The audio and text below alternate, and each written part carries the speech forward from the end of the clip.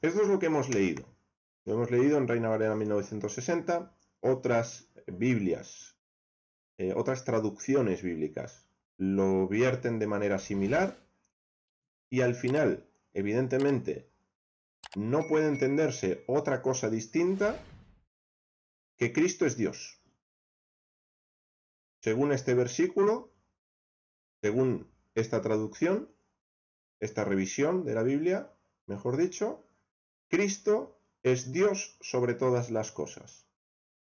Luego aquí los trinitarios o los unitarios se frotan las manos. Porque dicen, ¿ves? Mi Biblia dice, y su Biblia lo dice.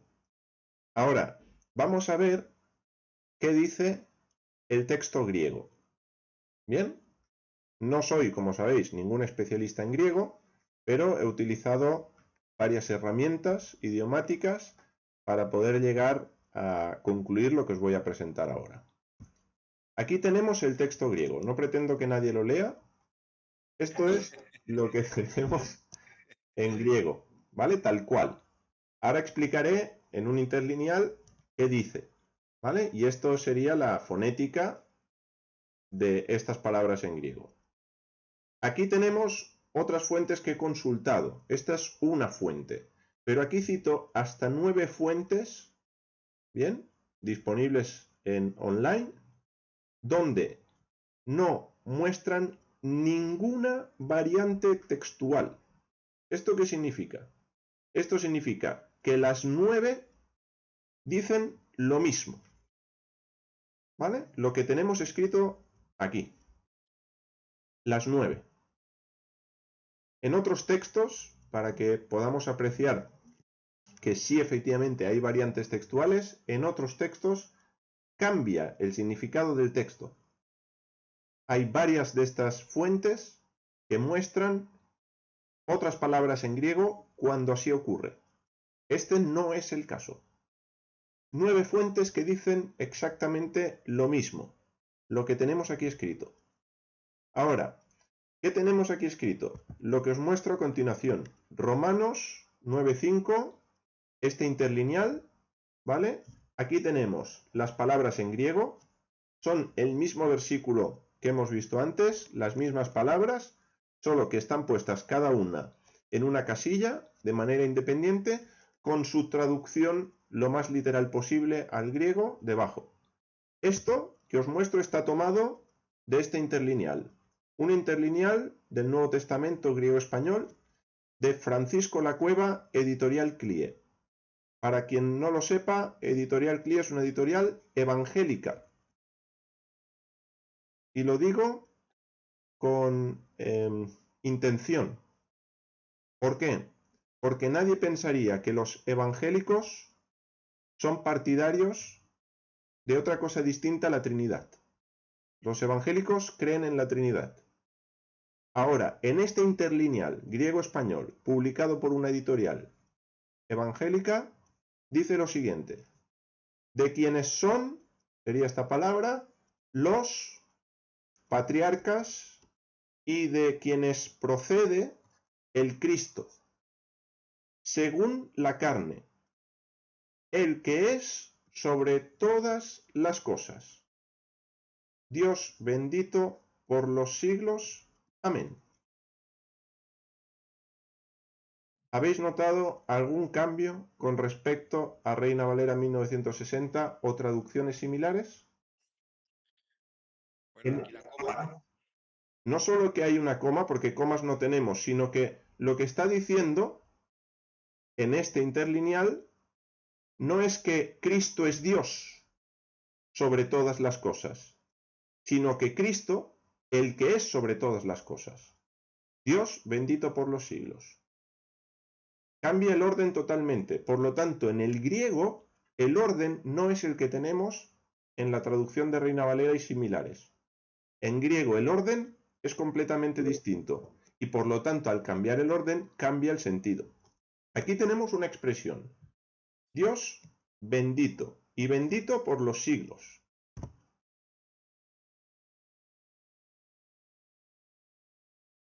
Antes de ver esa expresión, perdóname, pensaba que estaba antes, ahora veremos esa expresión de Dios bendito.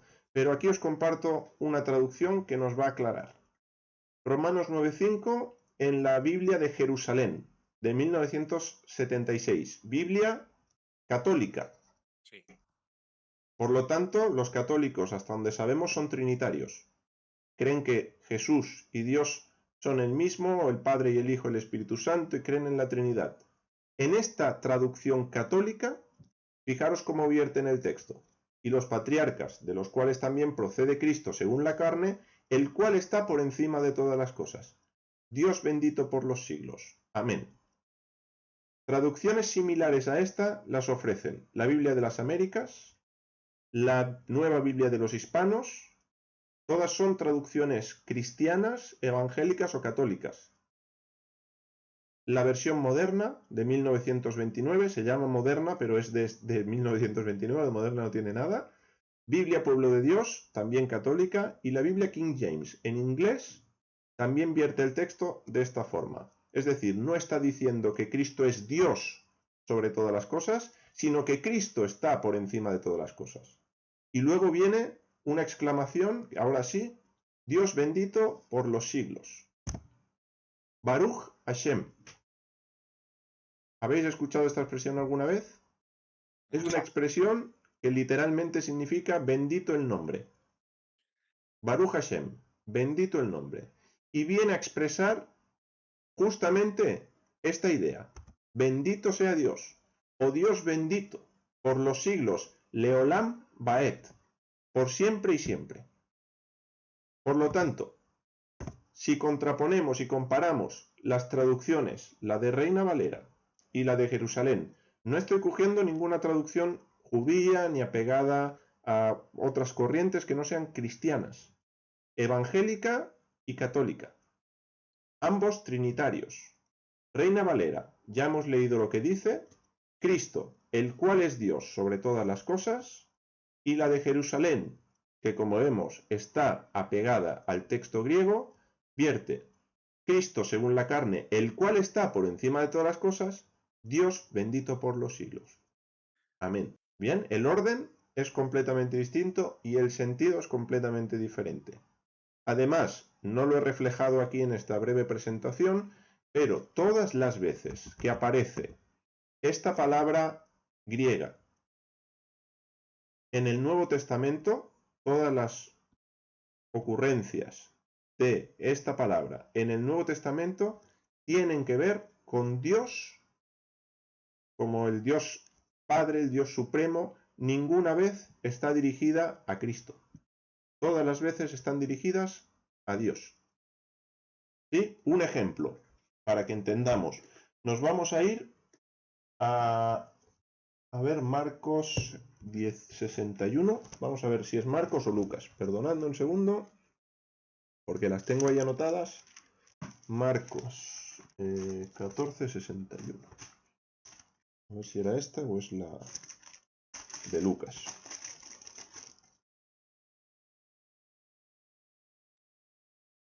Sí, vamos a ir a Marcos y luego a Lucas, y así lo vamos a ver. Marcos 14, verso 61.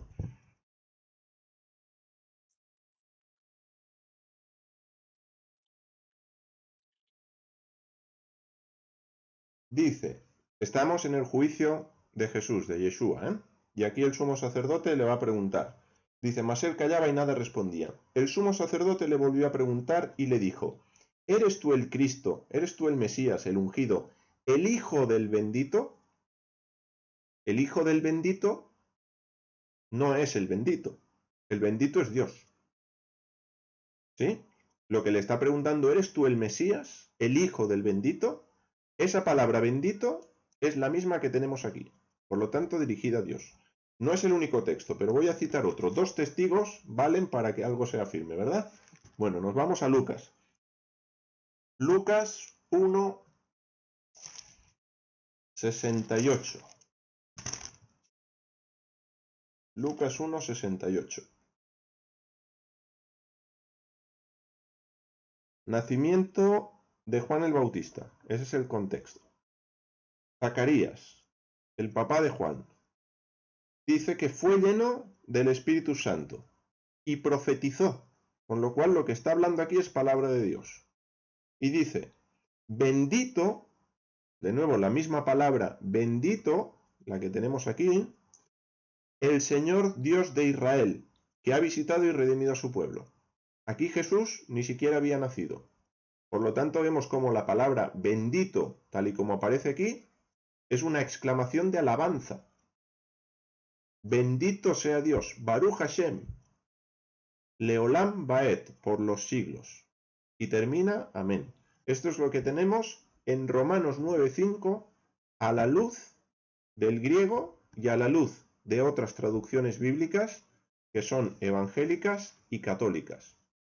Confesiones de fe trinitarias, pero que traducen el texto de manera correcta. Por lo tanto, lo que os dejo es con esta pregunta: ¿qué traducción se acerca más al griego? Saquen sus conclusiones. Lo que yo he hecho para antes de terminar y pasar a Oseas, que es muy interesante, no ha sido otra cosa sino un análisis del texto. No he dado ni mi postura, ni qué pienso yo. He analizado el texto, ¿sí? Y el texto nos lleva en esa dirección. Entonces tenemos dos opciones. O aceptamos el texto, o peleamos con el texto e intentamos quitarlo del medio para que no nos moleste a lo que queremos seguir creyendo. No entro en qué hay que hacer ni qué no hacer. Sigo simplemente exponiendo las posturas. ¿Bien? Obviamente hay mucho más que ver sobre el tema. Muchísimo más. Mucho más profundo. Pero este texto menciona lo que ya he citado. Ahora, ¿esto qué pone en evidencia? Pone en evidencia que tanto para la Biblia hebrea como para el llamado Nuevo Testamento necesitamos conocer las fuentes, ya sea los manuscritos más antiguos disponibles a día de hoy y todos los manuscritos cuando hay diferentes variantes textuales, y los idiomas con los que esos manuscritos fueron escritos. Bien, escuchaba a un profesor de hebreo poner el siguiente ejemplo y me pareció muy acertado. Tenemos en lo que son los medios de comunicación, lo primero que llegó fue la radio. Y en la radio lo que había eran novelas radiadas, ¿verdad? Que se le contaban a uno y uno se imaginaba. Luego llegó la tele. Y con la tele ya no tenías que imaginar. Ahora tenías imagen, pero la tenías en blanco y negro. Luego llegó la tele en color. Y con la tele en color podías apreciar matices que no apreciabas con la tele en blanco y negro. Luego llegó la 4K, la OLED, la pantalla no sé qué y no sé cuántos, y claro, ahora es un cine en tu casa. Bueno, cuando simplemente escuchamos lo que dice la Biblia es como si estuviéramos oyendo la radio. Cuando dejamos de escuchar lo que otros dicen que dice y empezamos a leerla, empezamos a ver la tele en blanco y negro y empezamos a leer una traducción, porque generalmente así se empieza, con una traducción X. Ahí estamos viendo la tele, pero la estamos viendo en blanco y negro. Si a medida que nos vayamos acercando a las fuentes, a los idiomas de la Biblia, es cuando estaremos pasando de una tele en blanco y negro a una tele en color, y ya no te cuento si uno se dedica a indagar y a profundizar, que tendrá la 4K y con 5G y todos los números habidos y por haber. ¿Bien? Así que un poco, este ejemplo es, creo, muy bueno y muy válido para ver dónde estamos. ¿Estamos escuchando la radio, viendo la tele en blanco y negro, o estamos viendo la tele en color? ¿Sí? No hay nada como verla en color, porque si no, no sabemos qué dice.